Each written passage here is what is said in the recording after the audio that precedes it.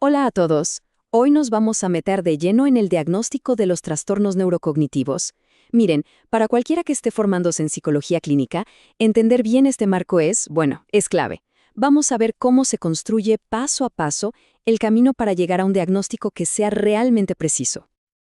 A ver, ¿cómo empieza todo esto? Casi siempre con una simple preocupación. Puede venir de la misma persona, de su familia o incluso del clínico.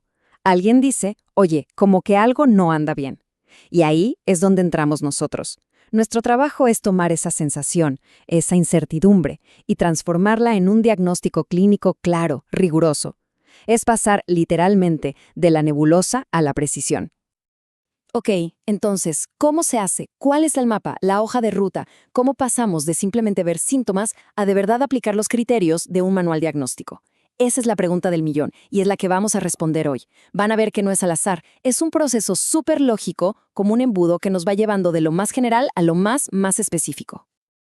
Bien, empecemos a bajar por este embudo diagnóstico. La parte de arriba, la más ancha, es la primera parada, la evaluación de los 6 dominios cognitivos. Piensen en estos dominios como los cimientos, ¿sí? Son los pilares sobre los que vamos a construir todo el diagnóstico.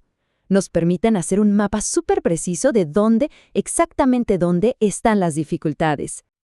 Y aquí los tienen. Estos son los 6 grandes dominios que el DSM-5 nos dice que tenemos que mirar. Tenemos la atención, las funciones ejecutivas, que son como el CEO del cerebro, el que organiza todo, aprendizaje y memoria, lenguaje, en fin. Lo más importante que hay que entender aquí es que antes de saltar a decir qué tan grave es o por qué está pasando, primero que nada, tenemos que saber en qué área o áreas hay un problema. Este es el qué de la cuestión. Ok, miren esto. Aquí es donde la queja de todos los días se conecta con nuestra evaluación clínica. Es clave. Por ejemplo, en la función ejecutiva. Un familiar llega y te dice, le está costando un mundo terminar cualquier cosa que empieza. Bueno, para nosotros eso se traduce en evaluar, por ejemplo, la memoria de trabajo. ¿Cómo? Le pedimos que repita unos números al revés. Y ¡zas! Ahí está la conexión. Así es como un problema de la vida real se convierte en un dato medible, estandarizado. Y bueno, seguimos con los otros 3. Pensemos en el lenguaje. Un déficit leve a veces es esa típica dificultad para encontrar la palabra exacta, ¿no? Y se usan palabras más generales. O en la habilidad perceptual motora. De repente, estacionar el coche se vuelve una odisea. O esas tareas que antes eran automáticas, ahora requieren un esfuerzo enorme. Justo esos cambios, a veces súper sutiles, son los que tenemos que entrenarnos para pescar al vuelo. Perfecto. Ya sabemos qué dominio está afectado. Ahora nuestro embudo se hace más angosto. El siguiente paso es crítico, de verdad, quizás el más importante en la práctica. Definir la severidad. Y aquí la pregunta es directa. ¿Esto es algo leve o es mayor? Porque la respuesta cambia por completo el impacto en la vida de la persona. Y aquí está la clave de todo, el meollo del asunto. La pregunta que lo cambia todo no es qué tan mal le fue en una prueba de memoria. No. La pregunta es, ¿ese problema le impide a la persona ser independiente en su día a día? La palabra mágica, la que tienen que grabarse, es autonomía. La diferencia es súper clara. En un TNS leve, sí, la persona nota que le cuesta más, necesita usar más listas, poner más alarmas, pero al final del día puede seguir manejando sus cosas como pagar sus cuentas. Mantiene su independencia. Ahora, en un TNS mayor, esa autonomía ya no está. Para esas mismas tareas ya necesita ayuda. Y esta distinción, que es el famoso criterio B del DSM-5, es la que lo define todo para el diagnóstico y para pensar en qué tipo de cuidados se van a necesitar. Ok, hagamos un recuento. Ya tenemos el qué, los dominios, y el cuánto, si es leve o mayor. El embudo nos lleva ahora a la parte más profunda, el por qué. Porque, a ver, un buen diagnóstico no se puede quedar solo en describir el problema. Tenemos que ir más allá y especificar la causa, la etiología que está detrás de todo. Y esto no es opcional, ¿eh? Es una regla clínica. No basta con poner en el informe trastorno neurocognitivo mayor. No. Hay que ser específicos. Trastorno neurocognitivo mayor debido a enfermedad de Alzheimer o debido a enfermedad vascular. ¿Por qué? Porque la causa es lo que nos va a guiar en el pronóstico y, por supuesto, en el tratamiento. Y como pueden ver, la lista de posibles causas es larguísima. Va desde cosas neurodegenerativas como el Alzheimer hasta problemas vasculares, infecciones, traumatismos, de todo. Y toda esta complejidad nos grita una cosa.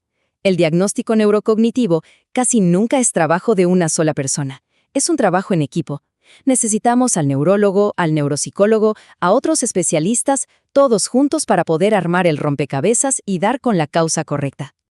Bien, llegamos a la punta más fina del embudo, el último filtro, y es uno súper importante. Antes de estampar el sello de trastorno neurocognitivo, que usualmente es algo crónico, tenemos que asegurarnos de descartar a su gran imitador, el delirium, también conocido como síndrome confusional. Es una condición aguda que aparece de repente y que a menudo se puede revertir. La propia definición ya nos dice por dónde van los tiros. Puntos clave del delirium. Primero, es agudo, o sea, aparece de un día para otro, a veces en horas. Segundo, la atención no solo baja, sino que va y viene, fluctúa mucho durante el día.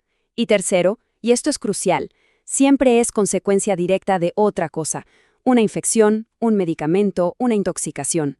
Justo por eso, el DSM-5 es súper tajante con su criterio C. No se puede diagnosticar un trastorno neurocognitivo si los problemas aparecen solamente mientras la persona tiene un delirium. Llevado a la práctica, si tenemos un paciente en el hospital que de repente se desorienta y su estado cambia a cada rato, la prioridad número 1, la absoluta, es encontrar qué está causando ese delirium y tratarlo. Ya después, una vez que el delirium se resuelva, ahí sí podemos ver si además de eso hay un trastorno neurocognitivo de base. Entonces, para cerrar la idea y que quede claro el camino, ¿cuál es el proceso? Es un paso a paso. Primero, evaluamos los 6 dominios. Segundo, definimos la severidad, leve o mayor, según la autonomía. Tercero, buscamos la causa, la etiología. Y cuarto, siempre, descartamos un delirium. Como ven, es un proceso ordenado, con una lógica muy clara. Y bueno, con esto llegamos al final del recorrido diagnóstico. Tener un diagnóstico preciso es sin duda el cimiento, es la base de todo. Pero claro, esto nos abre la puerta a la siguiente gran pregunta, la que de verdad importa en la clínica. Ok, ya tenemos la etiqueta, el diagnóstico correcto, ¿y ahora qué? ¿Cómo transformamos ese papel en un plan real de ayuda, de intervención, de apoyo para esa persona y para su familia?